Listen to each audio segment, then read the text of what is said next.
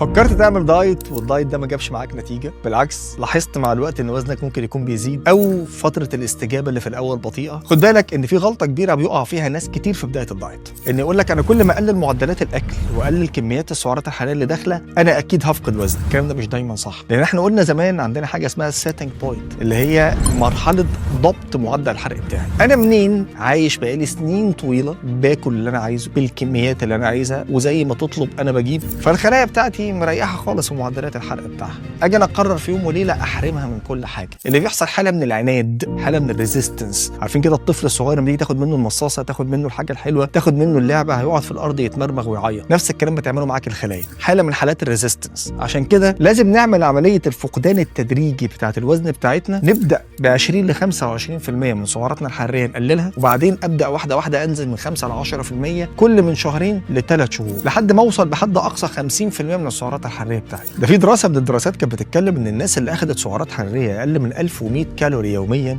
لفتره تعدت 3 شهور، كانت فرص ان وزنهم تزيد كانت ازيد حوالي 12% عن الناس العاديه. ليه؟ عشان معدلات الريزيستنس اللي بتحصل عندي في معدلات الحرق. خلينا نبسط الموضوع خالص ونعرف ان احنا لازم نستمر على دايت معقول في البدايه، على الاقل 3 شهور الاولانيين، لان كسر السيتنج بوينتس بتاعتي اللي ممكن تساعدني على الحرق بتاخد من اسبوعين لحد تقريبا ل 12 اسبوع. الحاجه الوحيده اللي ممكن ترفع عندي معدلات الحرق اللي تغلب السيتنج بوينتس بشكل عملي وحقيقي وفعال ومثبت علميا هي لعب الرياضه. استخدام بعض المكملات الغذائيه اللي بترفع معدلات الحرق، وده نيجي لها قدام في موضوع السبلمنتس دي، بتساعد ولكن مش بنفس القوه ولا نفس التاثير اللي مثبت عندنا بالدراسات بتاع لعب الرياضه. فلو انت عايز تعمل دايت مظبوط وتبدا تعمل كالوريك ريستريكشن وتكسر معدلات السيتنج بوينتس بتاعتك وتتحول لمعدل حرق جديد، لازم تزود الحركه بتاعتك. افتكر تاني، مش كل ما هتقلل بشكل قوي انك هتخس. ما تعملش رابط كاتنج، ما تقطعش نسبه كبيره في الاول، واعمل معاها نظام رياضي معقول. مش لازم اروح الجيم، على الاقل عندي في البيت. انا بقول لحضرتك